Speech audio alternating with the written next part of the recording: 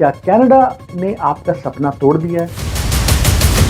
क्या वाकई में कैनेडियन गवर्नमेंट जो है वो चाहती ही नहीं है इंडियन स्टूडेंट यहाँ पर आए? We need to keep making sure we're responding to the needs both of Canadians, of businesses, and of the economy in general. We're making sure that the entire package makes as much sense as possible for the needs of Canadians and for the needs of our economy. क्या Canada ने आपके साथ ऐसा करा है कि आप शायद कनाडा आने वाले थे और आप कनाडा आने के बारे में आप सोच नहीं रहे हो? क्या कनाडा में आपको पीआर नहीं मिल पाएगा? कनाडा जाने का सपना रखने वालों की फिक्र बढ़ा दी है।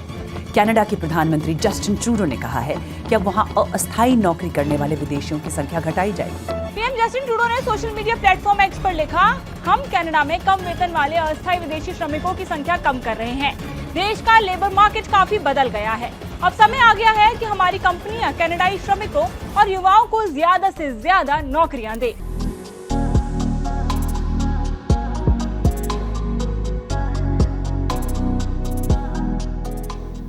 Hello guys, welcome back to my channel. मेरा नाम काशिफ है और आज इस वीडियो में हम लोग बात करेंगे कि क्या कनाडा ने आपका सपना तोड़ दिया है? क्या कनाडा ने आपके साथ ऐसा करा है कि आप शायद कनाडा आने वाले थे और आप कनाडा आने के बारे में आप सोच नहीं रहे हो? क्या ये वाकई में आपके साथ ऐसा हुआ है? क्या आप अब कभी कनाडा में जो ड्रीम आपने देखा था, क्या वो कभी पूरा नहीं कर पाएंगे आप? क्या कनाडा में आप सक्सेसफुल नहीं हो पाएंगे? क्या कनाडा में आपको पीआर नहीं मिल पाएगा? क्या कैनेडियन गवर्नमेंट चाहती ही नहीं है कि यहाँ पर इंडियन जो हमारे लोग हैं वो यहाँ पर आएं? तो ये सारी बातें आपको समझनी पड़ेंगी और जो गवर्नमेंट ने चेंजेस किए हैं उसके बारे में मैं आपसे बात करूंगा। चेंजेस आप लोगों ने ऑलरेडी न्यूज़ पे सुन लिए होंगे, बट फिर भी मैं आपसे कुछ डिस्कशन करना चाहता हूँ कि ताकि आप लोगों के जो गलत फहमियाँ हैं या फिर आप लोगों को हो सकता है सही इन्फॉर्मेशन नहीं है, आप डिसीजन लेने वाले हैं और उसमें आपको ये वीडियो से ज़रूर फायदा होने वाला है। तो पूरी वीडियो आखिर तक देखिएगा ताकि कोई भी इन्फॉर्मेशन आपसे मिस ना हो और आप एक सही डिसीजन ले पाए। सबसे पहले तो आपको ये समझना होगा कि माइग्रेशन हमेशा से होता है। हमेशा से, जब से दुनिया बनी है तब से लोग माइग्रेट कर रहे हैं। कोई इस देश से दूसरे देश जा रहा है, कोई यहाँ से इंडिया जा रहा है, कोई यूएस जा रहा है, कोई यूके जा रहा है, कोई यूके से भी इंडिया जो लोग जाते हैं। तो माइग्रेशन हमेशा से होता आया है और हमेशा होता रहेगा। ये बड़ा मुश्किल है इसको रोकना, बट क्योंकि बहुत सारे ऐसे लोग हैं जो इस माइग्रेशन का गलत फायदा उठाते हैं। बहुत सारे ऐसे बिजनेसेस हैं, बहुत सारे ऐसे एजेंट्स हैं, कंसल्टेंट हैं जो इसका गलत फायदा उठाते हैं और लोगों को गुमराह करते हैं और सिर्फ अपने पैसे कमाने पर ध्यान देते हैं। तो उसी वजह से गवर्नमेंट ने ये चेंजेस किए हैं और बहुत सारा डेटा गवर्नमेंट ने पिछले कुछ हफ्तों से रिलीज करा है और उसकी वजह से बहुत सारे लोग, इवन मैं भी शॉक्ड हूँ ये डेटा देखकर। मुझे मालूम था कि ये सब चीज़ें हो रही हैं, बट इतने बड़े लेवल पर ये सब चीज़ें हो रही हैं बिल्कुल भी इस बात का अंदाज़ा लोगों को नहीं था। तो मैं आपसे आगे ये सब चीज़ें शेयर करूंगा कि क्या कैसे गलत चीज़ें हुई और जिसकी वजह से गवर्नमेंट को ये कदम उठाने पड़े। तो सबसे पहले हम बात करते हैं कि गवर्नमेंट ने चेंजेस क्या क्या करे हैं, और अगर आप स्टूडेंट हैं, इंडिया में हैं, तो आपको इस बात का जानना बहुत ज़रूरी है। तो हमारे minister mark Miller, immigration minister जो हैं, उन्होंने काफ़ी सारे चेंजेस अनाउंस करे हैं। तो जैसे कि पोस्ट स्टडी वर्क परमिट, यानी कि अगर आपने कनाडा से पढ़ाई करी है 1 साल की या 2 साल की, तो उसके बाद आपको वर्क परमिट मिलता था, यानी कि ओपन वर्क परमिट आपको मिलता था, आप यहाँ पर जॉब कर सकते थे। तो गवर्नमेंट ने उनके लिए ये करा है कि भाई अगर आपने पढ़ाई कर ली है, आप कनाडा में हो, आपने पढ़ाई कर ली है और आपको वर्क परमिट अप्लाई करना है, तो उसके लिए भी आपको अपनी लैंग्वेज प्रोफिशिएंसी का टेस्ट जो है ना वो सबमिट करना होगा, यानी कि रिजल्ट सबमिट करना होगा। आइल्स पीटी जो भी आपने देना चाहते हो आप दो। तो उसका जो लेवल है वो बहुत ही एवरेज है। तो अगर आपने कॉलेज से पढ़ाई की है तो आपको CLB 5 का स्कोर चाहिए, और अगर आपने यूनिवर्सिटी से पढ़ाई करी है तो CLB 7 का जो है ना आपको लैंग्वेज का स्कोर चाहिए होगा वर्क परमिट अप्लाई करने के लिए। तो ये CLB 5 चाहिए आपको कॉलेज के लिए, CLB 7 चाहिए आपको यूनिवर्सिटी के लिए। लिस्ट आपको स्क्रीन पर दिख रही होगी कि CLB 5 का लेवल आइल्स में क्या है, वो आपको टेबल स्क्रीन पर दिख रही होगी, तो आप समझ जाइए उससे, ठीक है। अब पोस्ट स्टडी वर्क परमिट के लिए इंग्लिश लैंग्वेज टेस्ट चाहिए, जो कि इतना मुश्किल नहीं है। लोग कह भी रहे हैं कि ये अजीब एक बात है कि भाई ऑलरेडी बच्चे ने पढ़ाई करी इंग्लिश में टेस्ट देकर आया है और उसके बाद जो है वो क्यों उनसे टेस्ट मांग रहे हैं, क्यों लैंग्वेज की जो है ना वो एक प्रूफ चाहिए उनको। तो बिल्कुल आपकी बात सही है और हमारा भी सोचना ऐसा ही है कि ऐसा क्यों हो रहा है। बट इसके पीछे एक रीज़न ये हो सकता है, जो मेरा अजम्पशन है, कि गवर्नमेंट ये सोच रही है कि बहुत सारे लोग जो है ना वो फेक एडमिशन्स लेकर यहाँ जाते हैं और यहाँ पर आने के बाद फिर वो एडमिशन ले लेते हैं, या फिर जो भी वो गड़बड़ घोटाला करते हैं और यहाँ पढ़ाई कर लेते हैं, उसके बाद वर्क परमिट भी ले लेते हैं। क्योंकि कैनेडियन गवर्नमेंट के पास काम बहुत है, बहुत ज़्यादा वर्कलोड है इमिग्रेशन के पास, और उसकी वजह से बहुत सारी चीज़ें क्रॉस चेक नहीं हो पाती हैं। तो गवर्नमेंट सोच रही है कि इंडिया में अगर आपने आइल्स धोखे से कहीं से बनवा के आप यहाँ आ भी जाते हो तो यहाँ पर आपको आइल्स देना पड़ेगा, और उसके बाद जो है ना आप फिर अपना वर्क परमिट अप्लाई करेंगे तो शायद कहीं ना कहीं वो फिल्टर आपको कर पाए। तो मुझे लगता है जो लोग जेन्युइन लोग हैं उनके लिए इसमें कोई भी दिक्कत वाली बात नहीं है, वो ऑलरेडी आइल्स लेकर आए हैं, यहाँ पर भी दे देंगे, बस आपके $250-300 खर्च होने वाले हैं, राइट। मुझे नहीं लगता कि इसके अंदर कोई बहुत बड़ा मसला है, बट ये है कि हाँ ठीक है, एक चेंजेस ये आए हैं तो ये आपको पता होना चाहिए। इसके अलावा गवर्नमेंट ने एक चेंजेस ये करे हैं कि जो लोग स्पाउस वीज़ा, यानी कि अगर आपका हस्बैंड पढ़ाई करने आ रहा है, अपनी वाइफ को साथ में लेकर आ सकते हैं कि नहीं, वाइफ आ रही है तो हस्बैंड लेकर आ सकते हैं कि नहीं, तो इसके लिए चेंजेस ये करे हैं कि अभी पीछे ऑलरेडी चेंजेस करे थे गवर्नमेंट ने कि जो लोग डिप्लोमा कोर्सेज में आ रहे हैं वो एलिजिबल नहीं होंगे स्पाउस वीज़ा के लिए, यानी कि डिपेंडेंट वीज़ा के लिए, लेकिन अगर आप मास्टर्स में आ रहे हैं तो आप एलिजिबल थे, और अगर आप मास्टर्स में आ रहे हैं आप एलिजिबल अभी भी हैं, ठीक है।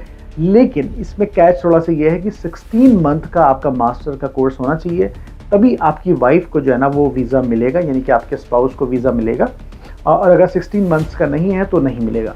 इसमें और भी चेंजेस गवर्नमेंट करती जा रही है, जैसे कि अगर आपको पोस्ट ग्रेजुएट वर्क परमिट चाहिए, आप चाहते हैं कि मैंने यहाँ से कनाडा में पढ़ाई करी और पढ़ाई के बाद मुझे पोस्ट स्टडी वर्क परमिट मिले, जो कि 1 साल का भी हो सकता है और 3 साल का भी हो सकता है। तो जो लोग कनाडा पढ़ाई करने के लिए आना चाहते हैं उनको ये पता होना बहुत ज़रूरी है कि अगर आप पोस्ट स्टडी वर्क परमिट अगर आपको चाहिए तो आपको ऐसा ही कोर्स चुनना है, ऐसा ही फील्ड ऑफ स्टडी को चूज़ करना है जो कि कनाडा में इन डिमांड हो, और अगर आपने ऐसा नहीं करा तो आपके जो वर्क परमिट के चांसेस हैं वो थोड़े से डाइसी रहेंगे। मीन्स ये है कि आपने अगर 2 साल की पढ़ाई करी तो हो सकता है आपको 2 ही साल का वर्क परमिट मिले, हो सकता है आपको 1 साल का वर्क परमिट मिले।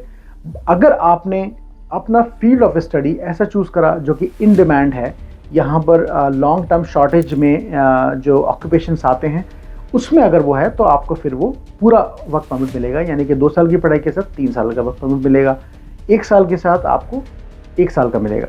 तो ये आपको समझना बहुत ज़रूरी है कि, और इससे आपको ये फ़ायदा होने वाला है कि जो एजेंट हमारे इंडिया में, जो कंसल्टेंट हमारे इंडिया में बैठकर स्टूडेंट्स को कोई सा भी कोर्स दे देते हैं कि भाई ये कोर्स लो और जाओ, ये कोर्स लो और चले जाओ आप, ठीक है, तो वो उनका थोड़ा सा फ़ायदा हो गया है स्टूडेंट्स का। स्टूडेंट का फ़ायदा ऐसा हो गया है कि अब एजेंट भी आपको ऐसा कोर्स नहीं देगा जिसमें आपको वर्क परमिट ही नहीं मिलेगा, और आप भी अवेयर होते जा रहे हो धीरे धीरे। तो इसमें आपका फ़ायदा ये है कि आप ऐसे ही कोर्स में यहाँ पर लैंड करोगे कि उस जिसमें जॉब जो है डिमांड में होगी, आपको कोर्स के बाद जॉब भी मिल जाएगी, आपको PR भी मिल जाएगा। तो ये सारी चीज़ें आपको समझनी पड़ेगी। अब PR जो है परमानेंट रेजिडेंसी का एक अलग ही चैप्टर है, एक अलग ही मसला है कि वो किसको मिलेगा किसको नहीं मिलेगा, तो इसके बारे में भी हम किसी ना किसी वीडियो में आपसे बात करेंगे। और इसके अलावा मैं ये भी बताना चाहता हूँ कि 2025 और 2026 में स्टडी परमिट का जो कैप जो गवर्नमेंट लगाती जा रही है वो धीरे धीरे बढ़ता जा रहा है। खासकर अगर आप मास्टर्स और डॉक्टरेट डिग्री में यहाँ पर आना चाहते हैं तो उसमें भी गवर्नमेंट जो है ना 12% का जो है ना वो कैप लगा दिया है।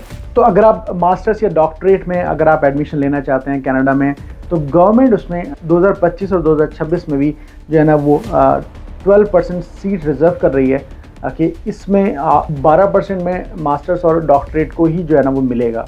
ऐसा नहीं हो सकता कि मास्टर्स और डॉक्टरेट जो है ना वो 6% रह जाएँ ओवरऑल, जो भी एक नंबर फिगर गवर्नमेंट फिक्स करती है हर साल स्टडी परमिट के लिए।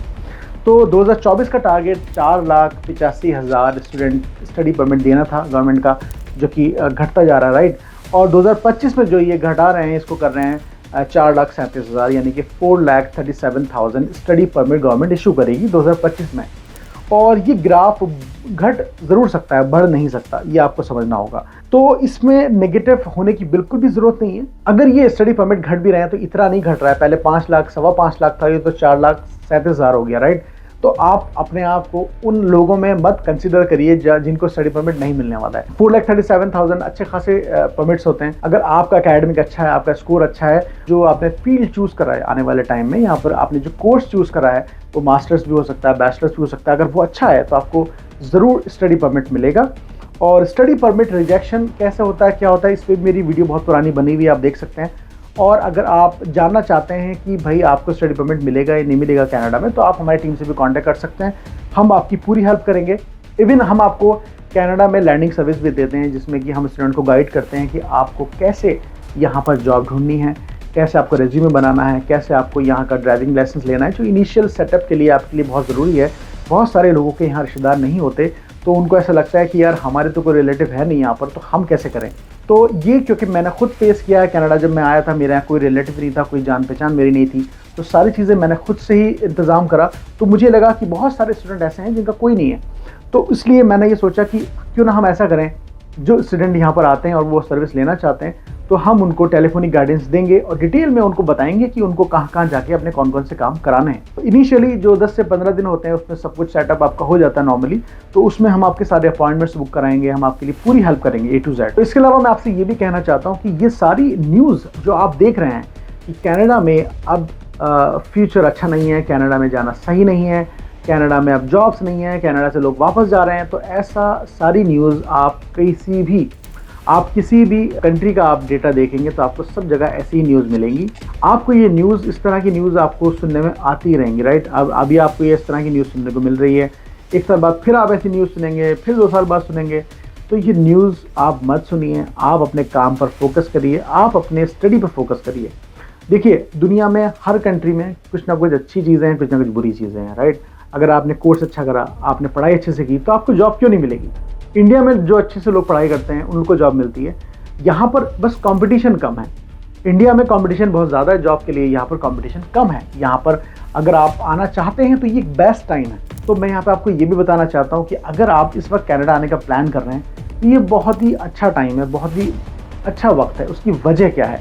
बहुत से लोग ये कह रहे हैं कि भाई ये तो बड़ा बुरा वक्त है, कनाडा ने बंद कर दिया, अब तो जाना बड़ा मुश्किल है, और लोग कनाडा से हट कर दूसरी कंट्रीज जा रहे हैं। तो बिल्कुल जो जा रहे हैं उनको जाने दीजिए, बट आपको ये समझना है कि इससे बेस्ट टाइम कनाडा में आने के लिए आपके लिए नहीं है।